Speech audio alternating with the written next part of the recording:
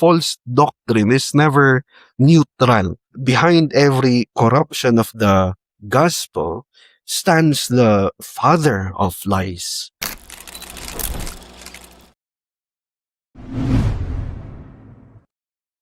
Good morning po sa ating lahat. Patuloy po tayo sa ating series on Galatians, and now we're on the third chapter of Galatians. We will be studying verses 1 to 6. Galatians chapter 3, verses 1 to 6. And I will read it for you. You can follow me with your eyes. Galatians chapter 3, verses 1 to 6, the word of the Lord says, "O foolish Galatians, who has bewitched you? It was before your eyes that Jesus Christ was publicly portrayed as crucified. Let me ask you only this: did you receive the Spirit by works of the law, or by hearing with faith? Are you so foolish? Having begun by the Spirit, are you now being perfected by the flesh? Did you suffer so many things in vain, if indeed it was in vain? Does he who supplies the Spirit to you and works miracles among you do so by works of the law, or by hearing with faith?" Verse 6, just as Abraham believed God, and it was counted to him as righteousness. Okay, so purihin po ang Panginoon sa kanyang salita. Ngayon, kung maaari ay dalhin ko ang bawat isa to what has transcribed through history. Mayroon pong isang libro kung tawagin ay The Marrow of Modern Divinity. The Marrow of Modern Divinity, which is known as a dialogue na isinulat ni Edward Fisher somewhere in the 17th century. Okay? At kanyang isinulat ito in order to distinguish the gospel of free grace from both legalism and antinomianism. Okay? Now, later in 1718, in the 18th century, it was republished in Scotland by James Hogg. Okay, sa panahon na kung saan ang mga many in the Church of Scotland have or were troubled by a growing moralistic strain, okay, sa preaching. Moralidad ang mga hina-highlight sa preaching, okay, whereby it stresses duty over grace, and thus causing disputes of whether sinners must meet certain conditions bago sila ay makalapit kay Kristo. Okay? Sa sobrang controversial nga ng librong ito, in just a short span of time, ito ay naging sentro ng major church issue sa Scotland. Ano?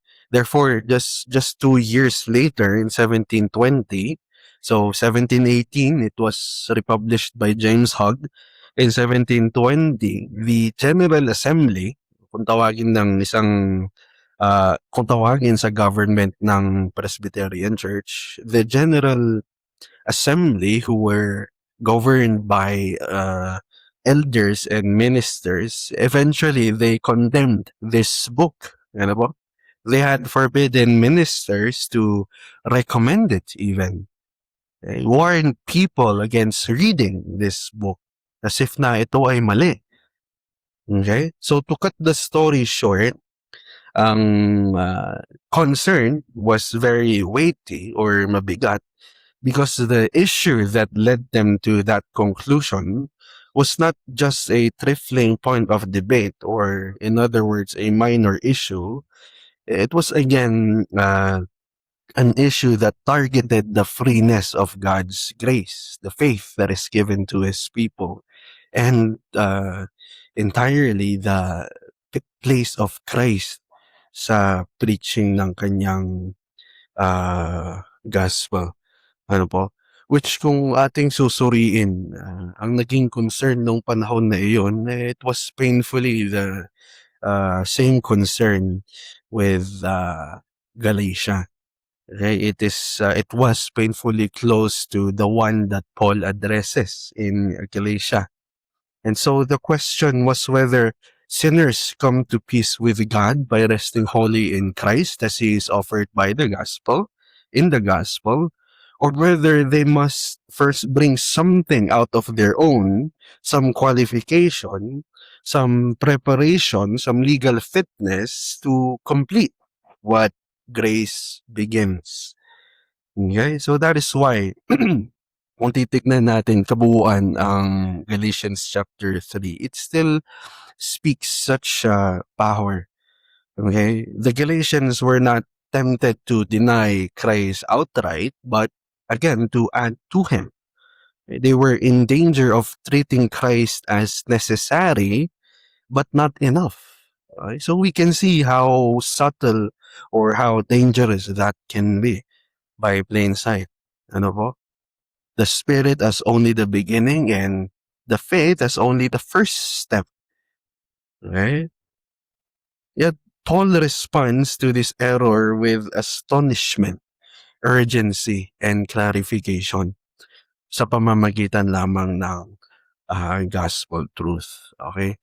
Kaya po sa umagang ito ay nais kong halawin ang ganitong mensahe. Sinners are brought into right standing with God and continue in that way, not by works of the law, but by faith in Christ from first to last. Okay? Sinners are brought into right standing with God and continue in that way, not by works of the law, but by faith in Christ from first to last. Okay? At para bigyan ng diin ng katotohanan ito upon the Galatians, Paul moves in 3 steps. First, he rebukes them for forsaking Christ. Second, he reminds them of beginning by the Spirit. And third, he confirms from the scripture the true standing before God is believing with Abraham. That true standing with God is believing with Abraham. Okay, so the first is the folly of forsaking Christ. Second is the truth of beginning by the Spirit. The third and the last, the blessing of believing with Abraham. Okay? Kung ating papansinin, sinisimulan ni Pablo ang portion ng scripture na ito with what seems to be, the harshest or the most direct words na kanyang sinabi, or should I say, sinulat. He begins with an astonishment, "O foolish Galatians, who has bewitched you?" Sa Tagalog, mga mangmang, mga walang unawa, sino ang nanggayuma sa inyo? Insisting na napaka-grave ng danger na kung saan sila ay umaaligid. Okay? Na kung saan ay nais rin ipahiwatig ni Pablo that it was not just a minor doctrinal misstep nor a harmless confusion over secondary matters. Again, the Galatians are drifting toward a denial of the gospel itself. Okay? And so Paul speaks as a shepherd whose flock is wandering toward a cliff. Sila ay nagmumukhang mga tupa na kung saan ay konting tapak na lang, sila ay malalaglag na sa bangin. Okay? Hence the seriousness and urgency of Paul's way of addressing them. Okay? Ngayon sa ating pagsusuri, may mas higit pang sabihin si Pablo when he says these words. Okay? When he calls them foolish, he is not merely accusing them of lacking intelligence, na para bang katulad natin minsan kung bumagsak sa academics, o sinong bumagsak, baka ako lang. But the point is that they were lacking of spiritual judgment. Okay? Mas higit pang pag-uunawa sa salitang foolish. Okay? So their problem is not that they cannot think. They are failing to think rightly about Christ. Okay? So again, their problem is that they cannot think, but that they are failing to think rightly about Christ. Okay, so we see the difference of intelligence and wisdom that comes from God. Okay, hindi nila isinasapamuhay ang mga katotohanan kanila nang narinig, kanila nang tinanggap, kanila nang pinapaniwalaan. Okay, saktong-sakto po ang sinasabi ni John Calvin sa kanyang commentary on this book. He says, their fall appears almost like madness because after receiving such clear gospel light, they are now yielding themselves to darkness. After receiving such clear gospel light, they are now yielding themselves to darkness. Okay? Gayon na lang ang dahilan kung bakit tinatanong ni Paul, who has bewitched you? Okay? So in light of madness na sinasabi ni Calvin, mas napiglilinaw pa sa atin kung bakit itinanong ni Pablo. And dahilan kung bakit tinanong ni Pablo, who has bewitched you? Okay? He is speaking as though some evil spell has fallen upon them, not necessarily suggesting that sorcery is real or literal sorcery, kundi nais niyang ipaglinaw na may deception na nagaganap sa kanilang kaligitnaan. Okay? And so here we realize that false doctrine is never neutral. Okay? Behind every corruption of the gospel stands the father of lies. Okay? And so the Galatians are not just being tempted to become atheists or atheists, they were being tempted to add to the law of Christ, add law to Christ. Okay? And Paul says that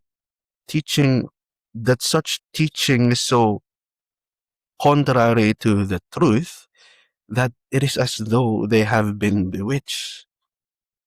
Ganun na nga kung bakit madness ang pagtukoy ni John Calvin sa mga Galatians. Okay, so what makes their defection inexcusable is the clarity with which Christ has been preached to them. Mas binibigyan pa ng diin ni Pablo when he says, it was before your eyes that Jesus Christ was portrayed as crucified. Okay. This does not mean they literally saw Christ when he was crucified. It means that in the preaching of the gospel, Christ crucified was set before them so vividly, so clearly, so powerfully, na kung saan para bang nagbumukang they have seen Christ hanging on the tree. Right? So here, Paul did not just lecture about doctrine, he preached the crucified Christ. He proclaimed a crucified Savior. He painted, as Calvin says, the living image of Christ. Ito po ngayon ay lalong nagpapabigat sa kanilang kasalanan. They're not just living what seems to be for some a vague religion. They are forsaking the crucified Christ. Okay?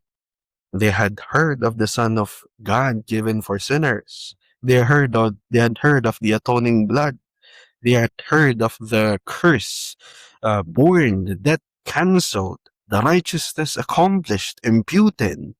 And now, after all that, they are entertaining a message that makes the cross seem insufficient. Ano po? So here we see the heart of Paul's rebuke. Okay? Ating tandaan, whenever men turn from resting wholly or buong-buo in Christ to trusting partly in themselves, they are not improving their gospel. They are deserting it. Okay? And so the folly of forsaking the crucified Christ. Right? Mali, nais igit ni Pablo that the cross does not need supplementation or something out of our deeds upang ito ay maintain. It is true that Christ crucified is the beginning of salvation, but human effort never becomes its completion. Okay? Sa ibang salita, the same Christ who is the foundation of our acceptance is also the whole ground of our standing before God. Okay? So here in verse 1, as we have seen, it guards the purity of the gospel. Okay? Paano niya ito i-guard? It fixes our eyes in the sufficiency of Christ's atoning work. Okay? Kung ating titignan through the 1689 framework, especially on chapter 11, paragraph 1 of justification, this means that sinners are accepted before God not by any cooperation of fallen flesh, but solely by God's grace in Christ, received through faith alone. Okay? So clearly, the issue at stake here is not merely a list of how-tos or or what to do when it comes to our sanctification. The issue was in justification itself. Okay? Na kung saan ay nais pang nagbibigay ng paalala na dapat ang isang hanay, it must be a means of grace that sets forth Christ clearly, okay? Centrally, powerfully, savingly. Okay? Hindi yung you must be like this before you come here to the church. You must be like that. Okay? Ay, hindi po ganun. Ano?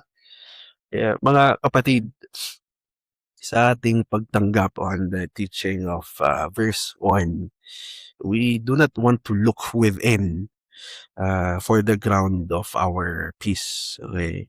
We want to look to Christ, the Son of God, given for each and every one of us.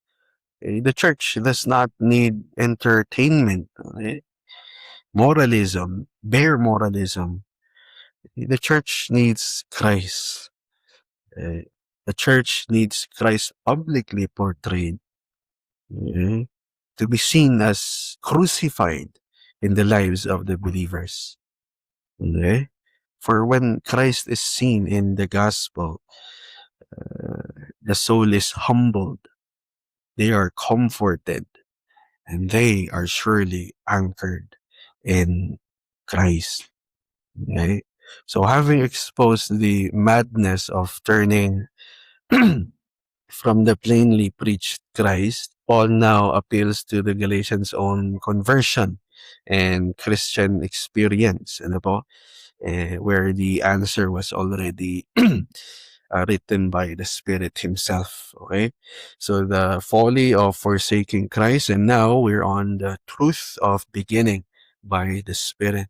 The truth of beginning by the Spirit. Now, sa progression o pagpapatuloy ng ating pag-aaral, we see Paul now moves from rebuke to now remembrance. Okay?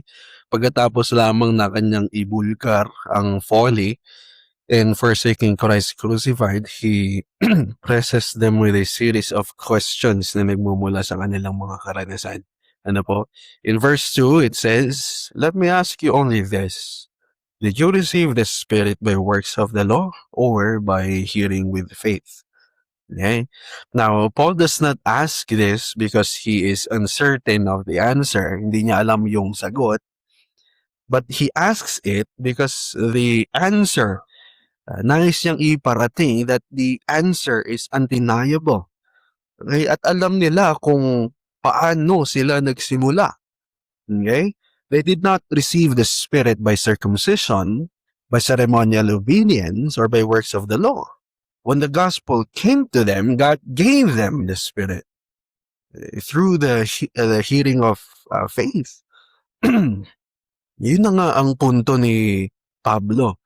Okay? Sa tanong na ito, to have them reflect to this truth, right? To have them realize that their very conversion supposedly stands as a testimony against the issue that is now troubling them.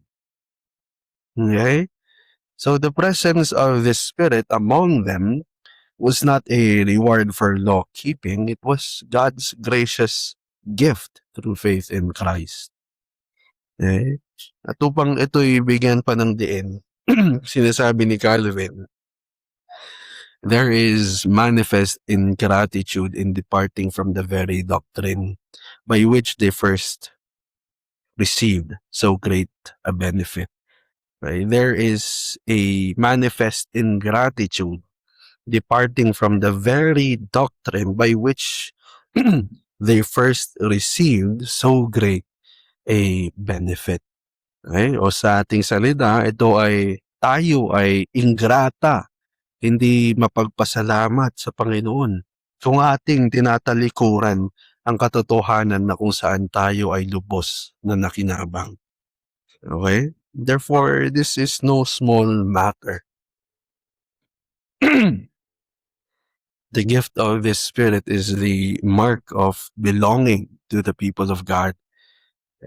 The Spirit is not an optional addition sa buhay ng isang Kristiyano na para bang ating option sa pagkakape.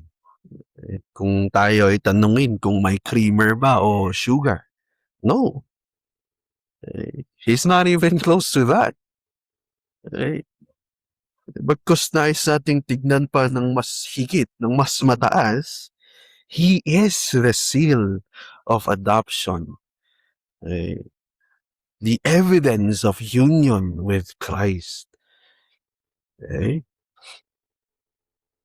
So to have received the Spirit is to have entered the blessings of the new covenant. Okay? Therefore, if the Galatians have already received the Spirit through hearing with faith, then circumcision and law observance cannot be necessary to make them true members of God's covenant people. Okay? Which yun nga ay na prove na ni Pablo in the earlier verses. Okay? Now, Paul sharpens the issue further in verse 3. Are you so foolish? Okay, sobrang mangmang nyo na ba? Having begun by the Spirit, are you now being perfected by the flesh?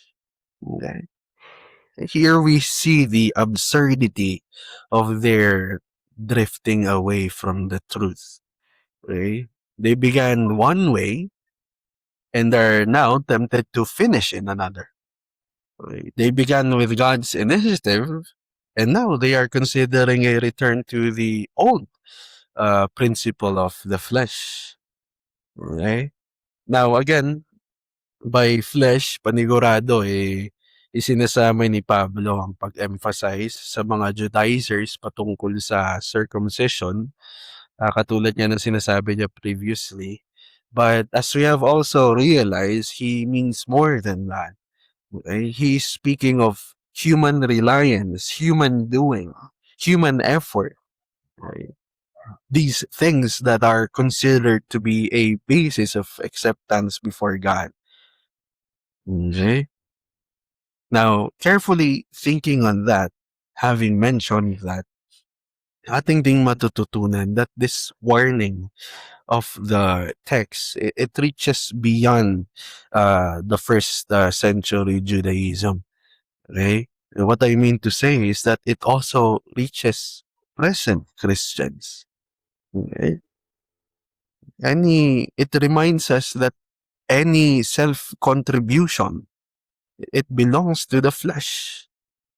Okay?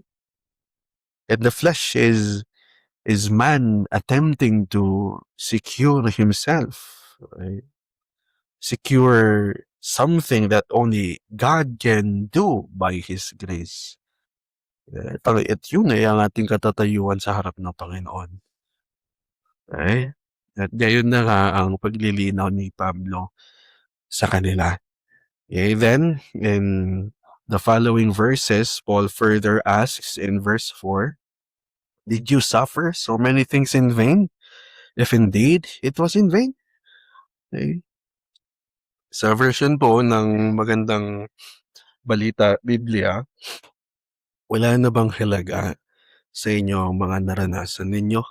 Marahil naman ay mayroon. Okay? Kaya't malinaw that their Christian life had not been costless or hindi walang saysay. Okay? Whether Paul refers to their many experiences or specifically to their sufferings for their gospel, iisa lamang ang punto ni Pablo. Shall all of that now be emptied of its meaning by turning away from the very gospel for which they endure? Okay? Magiging walang kabuluhan na lamang ba ang lahat ng iyon dahil tumalikod sila sa mismong ebanghelyong kanilang ipinagtiisan. Okay? Yet here we see Paul, he leaves room for hope. Okay? If indeed it was in vain, it was not in vain. Okay? Marahil naman ay merong kabuluhan. Okay? So he does not seal them in despair. He warns them so that they might repent. Okay? Makikita natin ang punto po ng iyan kung bakit ko po nais i-highlight. Makikita po natin ang pastoral approach ni Pablo. Okay? Not just to leave brothers hanging upang idiin lang sila sa kanilang mga pagkakamali, bagkus mayroong encouragement sa kabila ng review. Okay? To bring them into truth. Okay? So, as we continue, in verse 5, he sums everything. Does God supply the Spirit and work miracles among you by works of the law or by hearing with faith? Not that again they needed to answer, but that they already know. They have to be reminded, and that the answer remains the same. Okay? God Himself initiated this work by His grace. God Himself sustains it. Therefore, ang buhay ng mga nanampalataya, it is not begun by grace and then sustained by flesh. Okay? It is from first to last the work of God received through faith. Okay? Kung ating uunawain, ito po'y katotohanan na nakakapagpakumbaba. Okay? This is the humbling truth behind what we mean beginning by the Spirit. It is not just beginning, continuing, but also ending. Okay? Beginning by the Spirit, not just beginning, continuing, and also finishing. Okay? So it is that God, the Spirit who starts the work, is also God, the Spirit who carries it on. Okay? So sa ating pag-aaral on verses 2 to 5, as we can see, it strikes the root of all synergism in salvation. Okay? Points us to monergism. Okay? Only and solely the work of God. Okay? Paul will not allow a division in which justification is by faith, but growth in the faith is by fleshly reliance. No. Here, both entrance and continuance in the life of a believer, ito ay ipinagpapatuloy ng Panginoon. Okay? So, let us beware of trying to improve upon grace. Uh, The life that begins by the Spirit must continue by the Spirit. And let's remember that the life that begins by the Spirit must continue by the Spirit. Do not rest your peace on your progress. Rest it on Christ. Walk in dependence upon the one who dwells within you. Let us never allow the thought in our church as though men are converted by but matured by self-effort. Okay. At mas kabuuan, ating tandaan that the ministry of the gospel, it must keep on driving sinners, saints alike, such as you and I, away from the confidence in the flesh and into deeper reliance upon the Spirit of God. If what we preach every Sunday morning doesn't sound like that, tayo'y mag-alala na. Ano? Ating tandaan, for he who began the good work must also complete it. Okay? But as how he had approached the Galatians, he does not leave the matter resting on experience alone.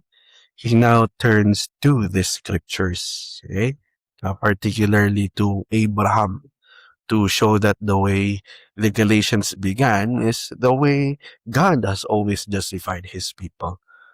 Okay? So the blessing of believing with Abraham.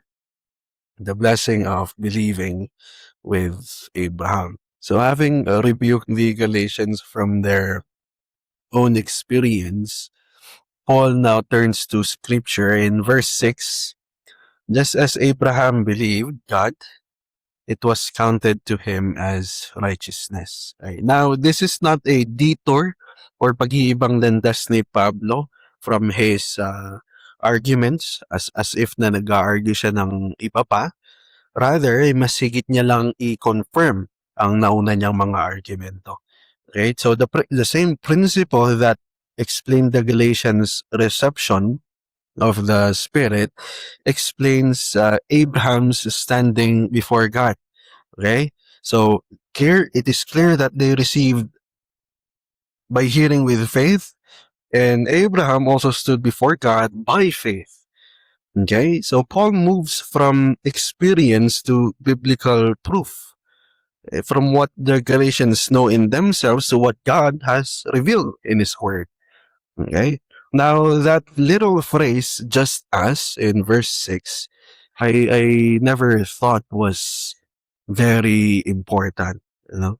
Sa aking pagbabasa sa mga commentaries, particularly on Douglas Moo, sa Baker Exegetical Commentary, Paul is linking verse 6 to what came before. Okay? Now, the point is not that Abraham received the Spirit in the same new covenant sense as the Galatians, nor that the righteousness here should be redefined as inward transformation. Rather, the comparison is simpler, is sharper. Okay? So as the Galatians received God's saving blessing by faith, so Abraham was counted righteous by faith. So here we see a continuation of God's way in justifying His people. Okay? Now, kung ating ilalagay ang ating mga paa sa sapatos ng mga taga-Galatia, this truth, we could say, mattered greatly. Unfortunately, sa kanilang konteksto or panahon, Abraham stood at the center of the controversy.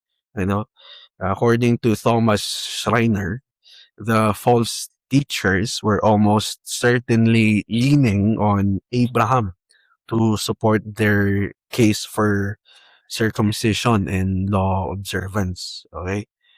Kataliwas sa kung paano ginamit ni Pablo upang i-highlight ang justification na nanggagaling lamang sa Panginoon. Okay? After all, si Abraham nga raw, si Abraham was the father of the Jewish people. Okay? And circumcision had been given to his household. The Israelites, the people of Israel, the Jewish people. In fact, binanggit din ni Schreiner na sa kabila ng Jewish tradition, they always highlighted Abraham's obedience, especially nga ang kanyang pagtangkang i-offer ang kanyang anak na si Isaac. Okay? And from that emphasis, it is way easy, okay, to slide into a synergistic reading sa righteousness na as if may kailangan kang gawin. Okay? So people focused on Abraham so much in his obedience that they could easily begin to think that righteousness before God comes partly from you, okay, from the person. Okay? But then, to oppose this, Paul goes straight to Genesis 15 verse 6 before Genesis 17. Before circumcision, he places the weight where Moses places it. Okay, sabi sa verse 6 ng chapter 15, Abraham believed the Lord and credited it to him as righteousness. He believed Yahweh. He believed God. Okay? And that is where the Judaizers missed. Okay? Abraham did not first perform some remarkable work and earn God's favor. He believed in God, meaning he trusted the promise of God. He rested in what the Lord said he would do. Okay? Ganun niya ang binanggit ni Pablo, that his faith was counted to him as righteousness. Okay? So we come to realize that this correction, it was very crucial sa pananampalataya ng mga taga-Galacia. Knowing that they had dealt with false teachers emphasizing this. Okay? And from the cruciality of that matter in the lives of the Galatians, gayon din ay maaari natin itong pasalamatan sa Panginoon that we now take benefit in that correction. Okay, upang huwag malaglag sa ganoong pangyayari sa mga simbahan o sa ating mga buhay mananampalataya. Okay? So, again, ipinaglilinaw ni Pablo, Abraham was not declared righteous because faith was a meritorious work to the point that one will be so much willing to offer their children. Kaya ating tandaan, the word counted, it shows that righteousness was reckoned. It was imputed. Okay? Mula sa commentary ni Calvin, kanya sinasabi is exactly right.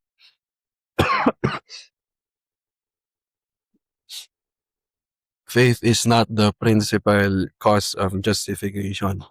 Hindi dahil sa tayo ay nanampalataya, tayo ngayon ay inaring ganap. Okay? But that it is the instrument by which we receive what God freely gives. Ito ay kasangkapan ng kanyang biyaya upang ating matanggap ang malayang kaloob na nagmumula lamang din sa kanya. Okay? So instead, Abraham's faith looked away from himself and rested in the promise of God. Okay? So this also means that Paul's doctrine, if we want to look it through that lens, it has not changed. Okay? As we go through Galatians, nais ko ring bigyan ng encouragement, brotherly encouragement ang bawat isa, that we must understand he is not just repeating himself without development. Okay? He is now proving from scripture what he has already argued, okay, in the previous verses. Okay? So with that in mind, the Galatians received the Spirit by faith. Therefore, uh, and Abraham was counted righteous by faith. Therefore, in every age, even under the administration of the law in the Old Testament, sinners were counted righteous not by works, but by faith in the promise of God, which he further revealed and fulfilled through Christ in the New Testament. Okay? So we might be wondering, what then of those required acts of obedience? Okay? According to Hebrews 10 verse 4, it is impossible for the blood of bulls and goats to take away sins. Okay? Those sacrifices, therefore, were never the true ground of righteousness before God. Otherwise, Abraham, with so many reasons, could have stood righteous in his own. Okay? We come to realize that they were meant to foreshadow the perfect and final sacrifice of Christ that was later revealed. Okay? Here we see where being stuck or stagnant caught the Judaizers, to the point that they missed so much of Christ. Okay? May we not fall the same. Okay? So verse 6, it reminds us that Abraham stands here not as an exception, rather just a pattern. It teaches us the covenant of grace has always rested in the divine promises and never on human merit. And glory to God of his wondrous wisdom, revealing that the faith given to us is our empty hands by which we receive Christ in the fullness of his mercy, of his grace, of his love, of his righteousness. It is by the empty hand of faith that we receive Christ, the wholeness of Christ. Sa ating pagtanggap sa katuruan na ito, do not make Abraham your example in such a way that you miss Christ's gospel. The God who counted Abraham righteous is the same God who justifies the ungodly through his Son, the Lord Jesus Christ.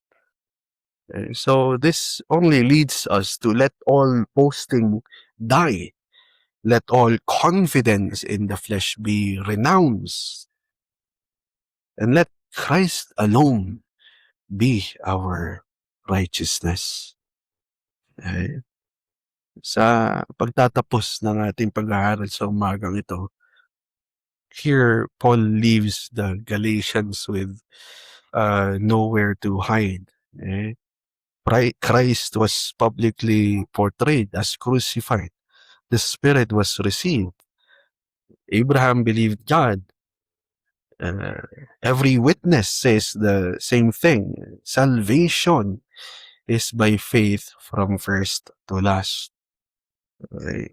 Lahat ng inargue ni Pablo, it points to this very statement. Salvation is by faith from first to last. By God from first to last. So if we are still trusting in our works, in our status of being so much good, kind, acceptable by everyone, because of our standing as a church, We are only called to repent and come to Christ. Forsake all confidence in the flesh. Christ is the one who saved us, and He will also be the one to keep us. We were not brought in by grace only to be sustained dahil sa ating kalakasan. From first to last, our hope, our righteousness, our standing before God, all are in Christ alone. So let the church hold fast sa totoo, walang maling gospel na itinataas si Kristo. May we hold fast to the true and only gospel of God. May we hold fast to Christ. Tayo po yung manalangin.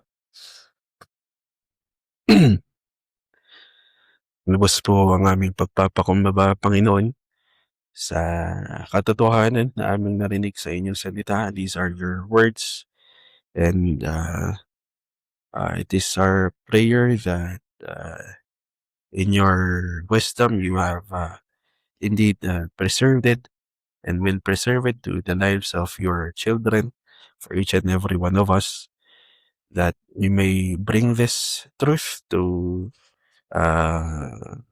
remind us sa buhay na maikli. Sa pagpapatuloy nito, kami lamang humihingi ng inyong habag, nagtitiwala, dumidepende sa inyong kahabagan upang patuloy na ipagbukas, panguna ang inyong salita sa buhay ng bawat isa sa amin, Panginoon. And may you be the one, may you be glorified alone, O Lord, for your means of grace, for your wisdom, and all glory belongs to you alone, O Lord. All of this we humbly ask in Christ's name. Amen.